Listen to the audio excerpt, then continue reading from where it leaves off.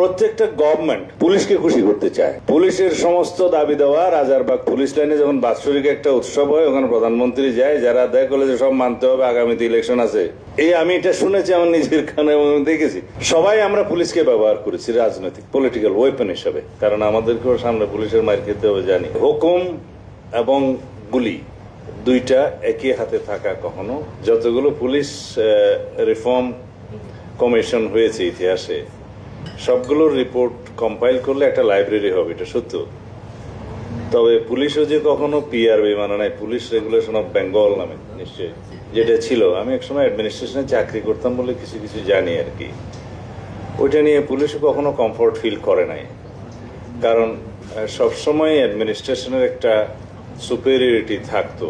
আমি আমার চাকরি জীবনে দেখেছি যে এসপি সাহেবকে সকালবেলা উঠে ডিসি সাহেবের বাসায় যে অফিস থাকতো ওখানে যেতে, এবং এসপি সাহেবের যে কোনো ডিটেনশনের বিষয় বা স্পেশাল ব্রাঞ্চের যে কোনো বিষয় এগুলো ক্লিয়ারেন্স, এবং ক্যাজুয়াল লিভ যেগুলো থাকতো আর কি, ক্যাজুয়াল লিভের বাংলাটা যেটা 15 দিন আমরা সিএল হিসেবে জানি আর কি, এটার জন্য ডেপুটি কমিশনারের কাছে যেতে হতো। তো গ্রাজুয়ালি ওখান থেকে স্বাধীন হতে হতে হতে হতে এখন পুলিশ আর ডিসি বরাবর হয়ে গেছে বর্তমান জামানায়। তো বরাবরেরও একটা নতিজা দেখতেছি, কেউ কাউকে মানে না, কারণ লাঠি তো পুলিশের হাতে, আবার হুকুম হচ্ছে ম্যাজিস্ট্রেটের হাতে। এই ব্যালেন্সটা এখনো আছে বলে বোধহয় জাতিটা এখনো টিকে আছে। ব্রিটিশরা, আমি পুলিশের বিরুদ্ধে বলছি কিন্তু খেয়াল করে, কারণ আমাদেরকেও সামনে পুলিশের মার খেতে হবে জানি, তারপরেও বলছি। তো ব্রিটিশরা যে আইনটা করার সময় এই চেক অ্যান্ড ব্যালেন্সটা করেছে, সেটা একটা প্রিন্সিপালের উপরে ভিত্তি করে করেছে যে হুকুম এবং গুলি দুইটা একই হাতে থাকা কখনো আইন হয় না, মানে সুবিধাজনক নিরাপদ হবে না এইটা। এখন পুলিশ রিফরমেশন কমিশন বলেন যাই বলেন, এগুলো সবকিছু পুলিশের সুবিধা বৃদ্ধির জন্য যেন আজ পর্যন্ত করা হয়েছে।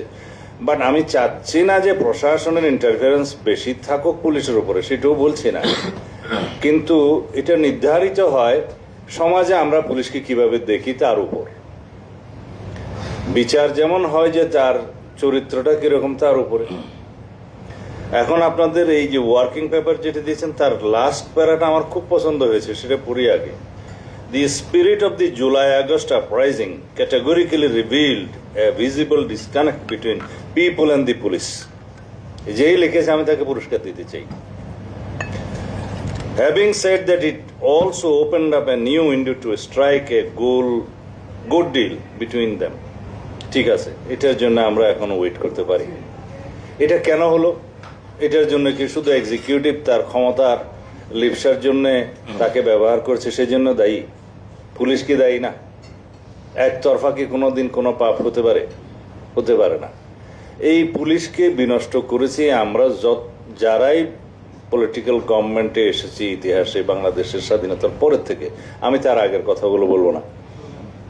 সবাই আমরা পুলিশকে ব্যবহার করেছি রাজনৈতিক পলিটিক্যাল ওয়েপন হিসাবে, ক্ষমতা দীর্ঘায়িত করার জন্য, শক্তিশালী করার জন্য, বা পুনরায় ক্ষমতায় আসার জন্য করেছি। এতে কোনো অসত্য কিছু নেই, কম বেশি। তো কিন্তু পুলিশ ব্যবহৃত হয়েছে, এটাও সত্য। যারা, আমি 2-1 অনেস্ট পুলিশ অফিসার পেয়েছিলাম আমার জীবনে, তাদের জীবনটা খুব করুণ হয়ে গিয়েছিল, কারণ তারা পুলিশ ডিপার্টমেন্টে অপাঙ্ক্তেয় হয়ে গেছিল, কোথাও টিকতে পারতো না। তা আপনি যদি রিক্রুটমেন্ট থেকে শুরু করে প্রমোশন পর্যন্ত সর্বত্র করাপশনের আশ্রয় নেবেন, সেই পুলিশকে দিয়ে আপনি কি আশা করতে পারেন? সেটাই হয়েছে জুলাই-আগস্ট গণ অভ্যুত্থানে প্রকাশিত হয়েছে। এখন আসেন, আপনি তো বললেন পুলিশ রিফর্ম রিপোর্টগুলো নিয়ে কথা বলতে। এইবারও একটা রিফর্ম কমিশন গঠিত হয়েছে, যেগুলো নিয়ে আমরা কথা বলেছি। 6টা মেজর কমিশনের মধ্যে পুলিশ রিফরমেশন কমিশন একটা ছিল, কিন্তু আমরা 5টা রিফরমেশন রিপোর্টের উপরে, কমিশন রিপোর্টের উপরে আলোচনা করেছি। 6 নম্বরটা হচ্ছে পুলিশ, এটা নিয়ে আলোচনা হয়নি। এবং এটার বইটা দেখলাম আমি খুব পরে পেয়েছি, বইটা কষ্ট করে জোগাড় করতে হয়েছে। স্প্রেডশিট যেগুলো দিয়েছিল ওখানে পুলিশ রিফরমেশনের অন্তর্ভুক্তি ছিল না। যখন আমরা ঐক্যমত্য কমিশন আলোচনা করলাম পুলিশ রিফর্ম রিপোর্টের উপরে, বললো যে একটা স্বাধীন পুলিশ কমিশন গঠন করা হোক, আপনারা কি বলেন?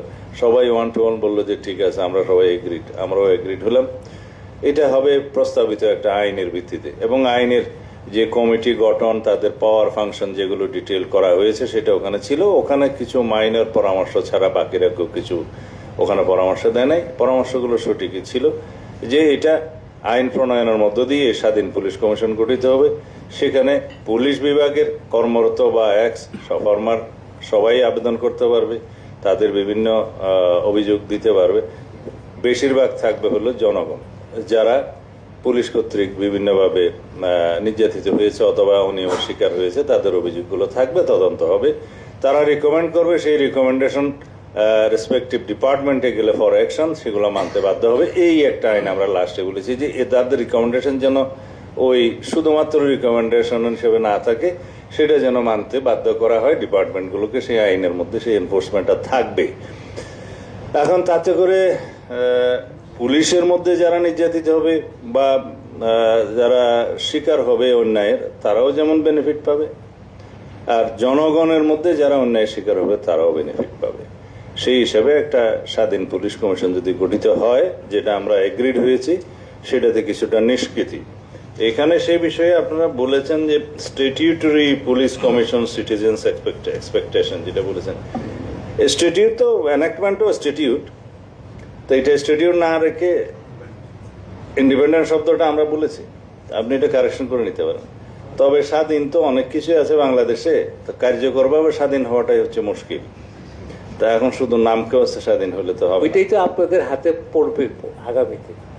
না, এইটা হচ্ছে আইনটা থাকবে স্বাধীন পুলিশ কমিশন গঠন, কিন্তু তার গঠন প্রণালী, তাদের মধ্যে যে তদন্ত সংস্থা থাকবে সেটা, তাদের কর্মপরিধি, তারা যে কোনো জায়গায় নিজেরা তদন্ত পরিচালনা করতে পারবেন অথবা নির্দেশ দিতে পারবেন বিভিন্ন বিভাগকে এই বিষয়টি খতিয়ে দেখার জন্য, এবং তাদের রিকমেন্ডেশনসটা যাতে ইমপ্লিমেন্ট হয় সেটা সবচেয়ে জরুরি। সেটাই যদি আইনে বাধ্যবাধকতা আনা হয়, সেটা হবে প্রকৃতপক্ষে স্বাধীনতা। তা আমরা আশা করছি সেরকম একটা স্বাধীন পুলিশ কমিশন গঠন করা যাবে এবং সবাই ঐক্যমত হয়েছে। এই বিষয়ে কোনো পার্টি দ্বিমত হয়নি। এখন দ্বিমত হলে শুধু পুলিশ হলে হইতে পারে, কারণ এর দ্বারা যদি পুলিশ ডিপার্টমেন্টের কেউ ক্ষতিগ্রস্ত হয় ভবিষ্যতে, তাহলে হইতে পারে, এখনো পর্যন্ত হয় নাই।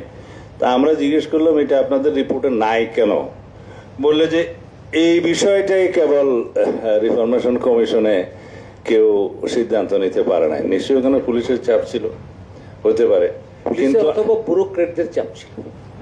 এখন স্বরাষ্ট্র মন্ত্রণালয়ে গেলে সবাই পুলিশ হয়ে যায়, সে ব্যুরোক্রেট হলেও পুলিশ হয়ে যায়। আমি আমার সিভিল সার্ভিস লাইফে এবং আমার পলিটিক্যাল লাইফে যেটুকু আমি দেখেছি, প্রত্যেকটা গভর্নমেন্ট পুলিশকে খুশি করতে চায়। পুলিশের সমস্ত দাবি দেওয়া, রাজারবাগ পুলিশ লাইনে যখন বাৎসরিক একটা উৎসব হয়, ওখানে প্রধানমন্ত্রী যায়, যারা আদায় করলে যে সব মানতে হবে, আগামীতে ইলেকশন আছে। এই আমি এটা শুনেছি আমার নিজের কানে এবং দেখেছি, এবং আমাদের নেতারা সবাই প্রধানমন্ত্রীকে বলতে যে এটা মানতে হবে, নাইলে আগামী নির্বাচনে তাদের সুবিধা টুবিধা পাওয়া যাবে না ইত্যাদি। এই যে একটা মানসিকতা, এটা আমাদেরকে ধ্বংস করে দিয়েছে। এবং একই মানসিকতা আমি বলবো যে আর একটা গোত্রের ক্ষেত্রেও হয়েছে, যে তাদেরকে কিং মেকার বানিয়ে দেওয়া হয়েছে। এবং গ্রাজুয়ালি সবকটা গভর্নমেন্ট আমরা এই জন্য দায়ী। এই যে যা কিছুই চেয়েছেন সবকিছু দিতে হয়েছে। এখন হাউজিং ব্যবসা থেকে শুরু করে, হোটেল ব্যবসা থেকে শুরু করে, ডেয়ারি ব্যবসা থেকে শুরু করে সবকিছু আমরা দিয়ে দিয়েছি। এখন সেটা আমি নাম নিলে অসুবিধা। তো এখন এইভাবে দিতে দিতে দিতে দিতে এই পুলিশকে এবং অন্যদেরকে যে রাস্তা, যে জায়গায় আমরা তুলে রেখেছি, they became the king maker of the country.